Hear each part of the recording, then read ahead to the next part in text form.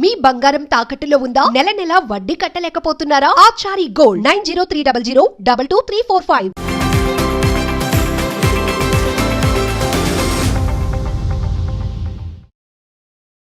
నమస్తే, welcome to our channel. నేను మీ దిలీప్.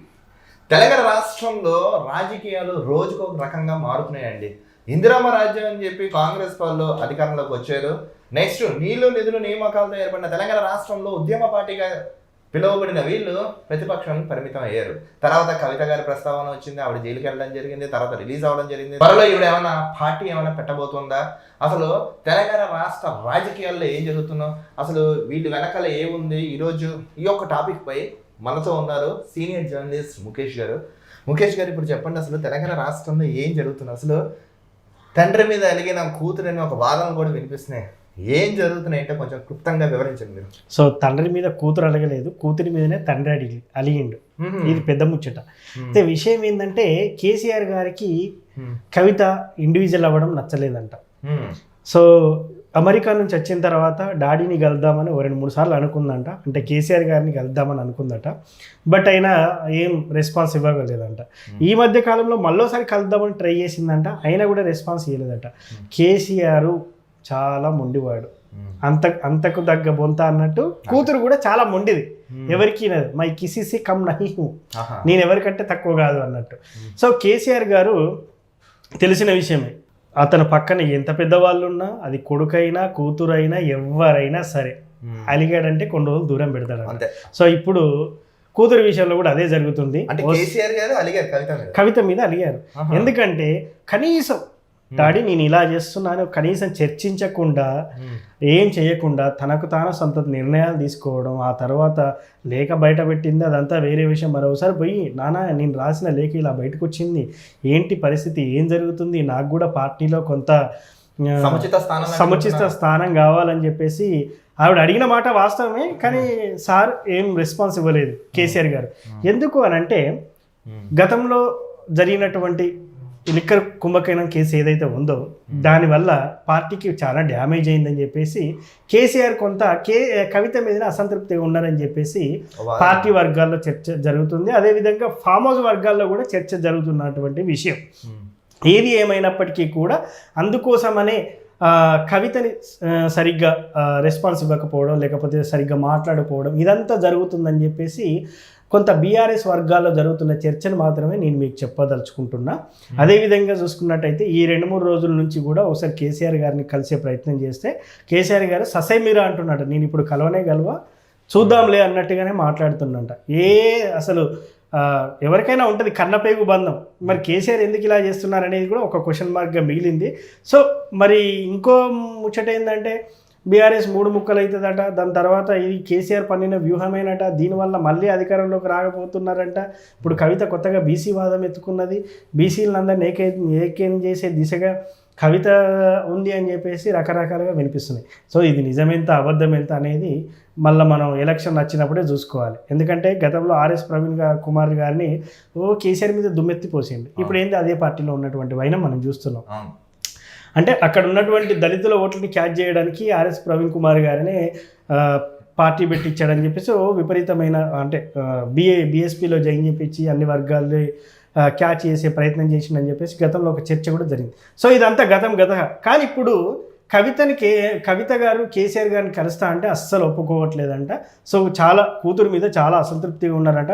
దాని తర్వాత ఇంట్లో పక్కన ఉండే వాళ్ళని కూడా దయ్యాలను భూతాలతో వర్ణించడం అనేది కూడా కేసీఆర్ కొంత దాన్ని జీర్ణించుకోలేకపోతున్నారని చెప్పేసి కొంత బయట ప్రచారం అయితే జరుగుతుంది. ఏది ఏమైనప్పటికీ కూడా ఈవిడ ఇప్పుడు తెలంగాణ జాగృతి అనేది ఎప్పటి నుంచో ఉంది.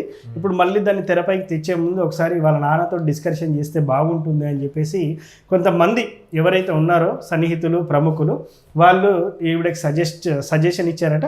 బట్ అవన్నీ బేఖాతరు చేయకుండా ఇలా సొంత నిర్ణయం తీసుకుందని చెప్పేసి ఒక ప్రచారం అయితే జరుగుతుంది. దిలీప్, ఇప్పుడు కేసీఆర్ ఆడిస్తున్న వ్యూహం అంటున్నాను నిజమేంటారా? సో చెప్పలేం.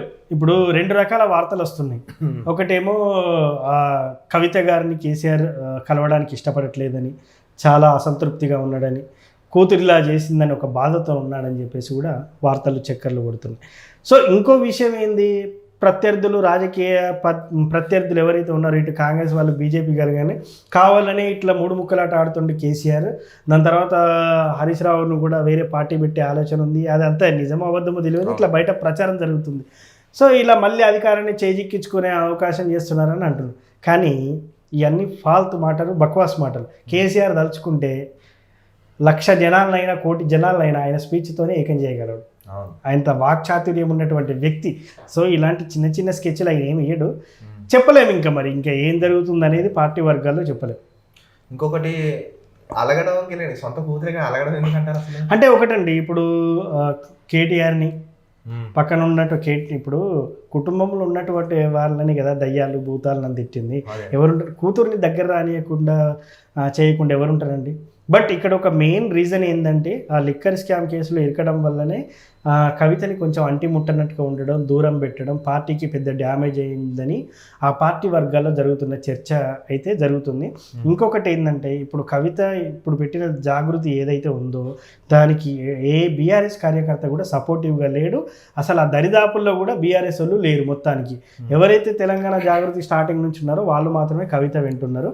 మొత్తానికి ఇండివిజువల్ అయినటువంటి పరిస్థితి మనం చూస్తున్నాం. ఇప్పుడు ఇలా వీళ్ళు సఖ్యత అయిపోతారు. పొద్దున కేసీఆర్ గారు ప్రభుత్వం ఏం ఫామ్ చేయగలుగుతారు?